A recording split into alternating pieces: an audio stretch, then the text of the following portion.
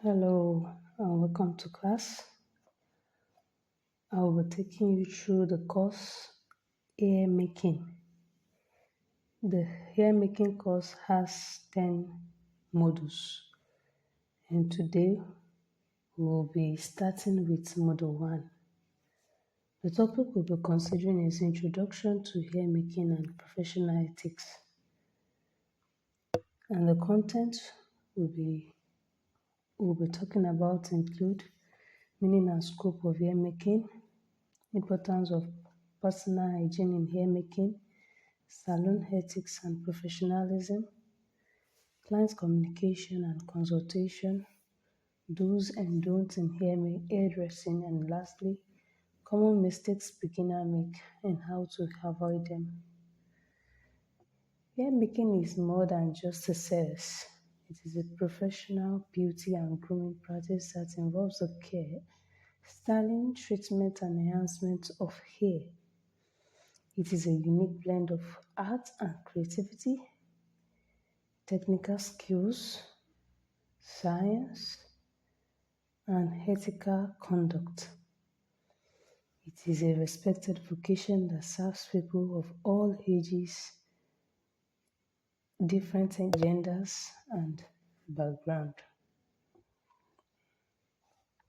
The broad scope of hair making. We have three main pillars, and uh, one is hairdressing. Hairdressing focuses on care and styling of hair. That is washing, the cutting, the coloring, the braiding, chemical treatment of hair. Traditionally serves a broad client. Barbing is the second pillar, and it's about specializing in the grooming of men's hair and facial hair. It also involves like cutting, trimming, and barbing of the hair, shaping, bud shaping, and shaving. For the last pillar, which is wig making involves the construction, customization, styling, and maintenance of wigs using either human or synthetic hair. Importance of personal hygiene in hair making. Because hair making involves close physical contact, personal hygiene is non-negotiable. It directly impacts the client's health. It prevents the spread of infection, lice, and skin diseases. Personal hygiene also gives clients comfort. It gives them a fresh and a clean appearance. Then it gives them your image. It reflects your discipline, seriousness, and respect for your profession. Personal hygiene also gives you a success in business. It encourages repeat customers and positive word of mouth. So the key practice in personal hygiene involve washing of hand, cleaning the attire you use, keep your nails short, and use fresh towel for your every client. Salon ethics. These are the standards that guide our behavior. They are the foundation of a trustworthy professional. Salon ethics involve respect for all. That is, you treat your clients equally, regardless of their background, and you maintain their privacy. The ethics also involve honesty and integrity. You give truthful advice and you don't overcharge. You admit and correct mistakes. Professional conduct is also involved professional conduct such as being punctual, being reliable, and avoiding distractions like your phone while you are with the client.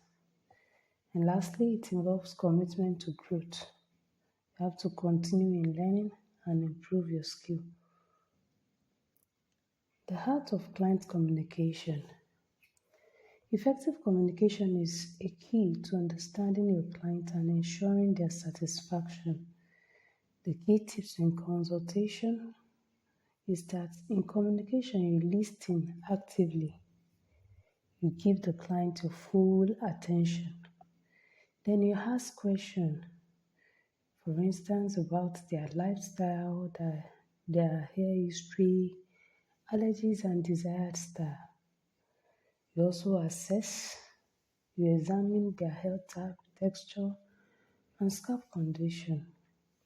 You advise, you explain, and you get consent. You need to always confirm the client agree before you begin. Let's move to do's and don'ts in hair dressing. These are the checklist for quality service delivery. The do's are the right way you need to go in the hairdressing process, and it includes assessing hair and scalp before starting, use of clean and appropriate tools and products, following correct techniques, handling hair gently to prevent breakage, keeping the client informed throughout the process, and offering professional guidance. However, the don'ts, things you need to avoid involve starting work without a consultation, using of excessive force or heat, mix chemical without proper knowledge, rushing the process or work carelessly, and also criticizing a client's hair, and lastly, ignoring signs of scar, infection, or damage.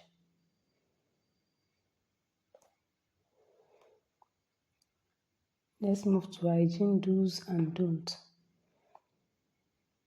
For the do's, you wash hand before and after each client, disinfect tools before and after every use, use clean towels, capes and apron per client, keep salon clean and well ventilated, dispose the hair waste properly and cover any cut or wound before working.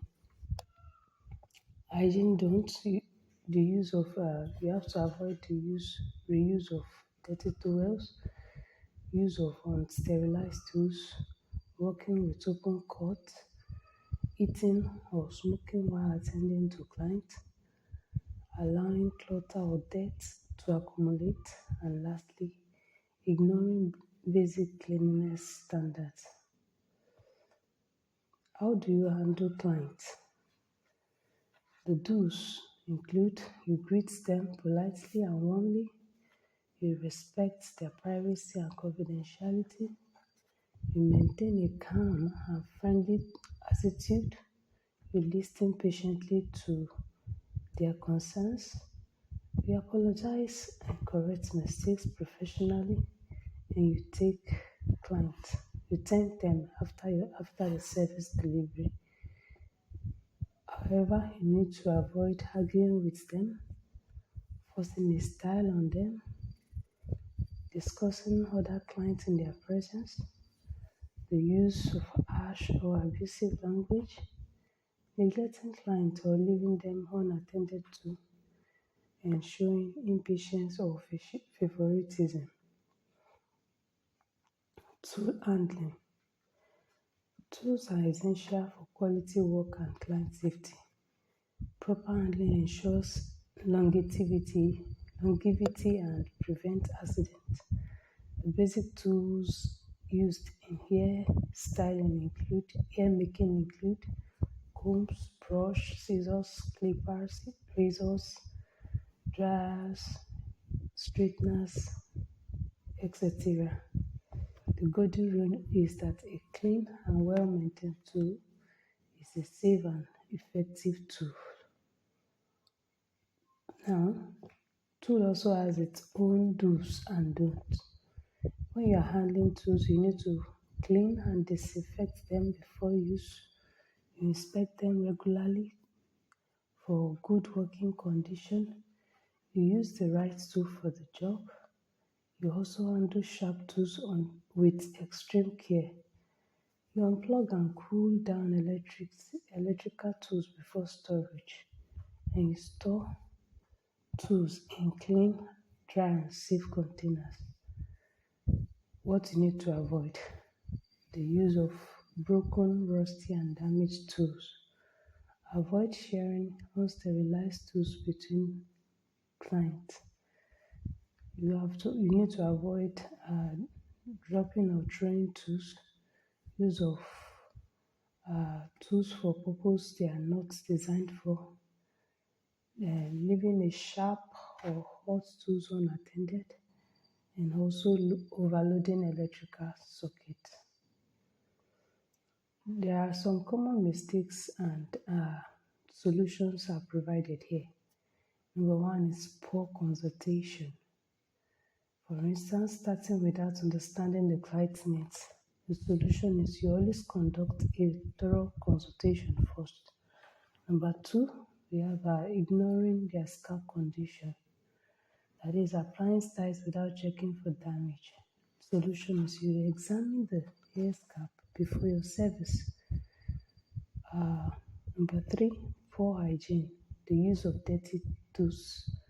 The solution is to maintain strict, consistent hygiene standard. Number four is improper tools use, and the solution is learn the correct use and practice proper techniques. Number five common mistake is rushing the process. For instance, working too fast, and which lead to a poor result. The solution is to slow down and focus on accuracy and neatness, especially when you are still learning. Number six is overuse using heat or chemicals.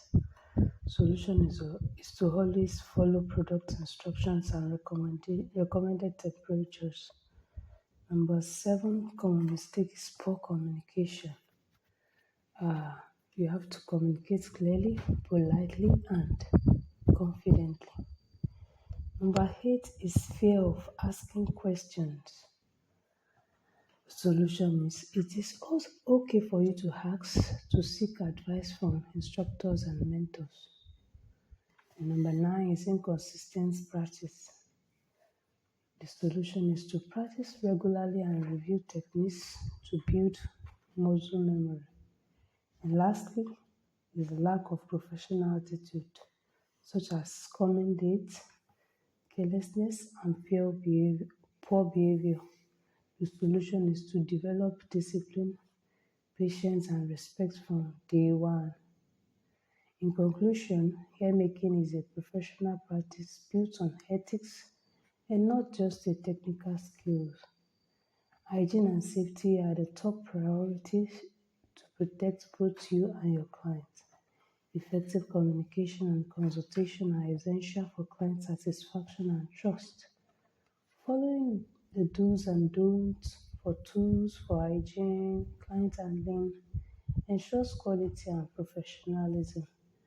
And also, learning from common mistakes makes you grow confidently and avoid pitfall. Subsequent lesson will still give you further understanding of the hair making process. Thank you for listening.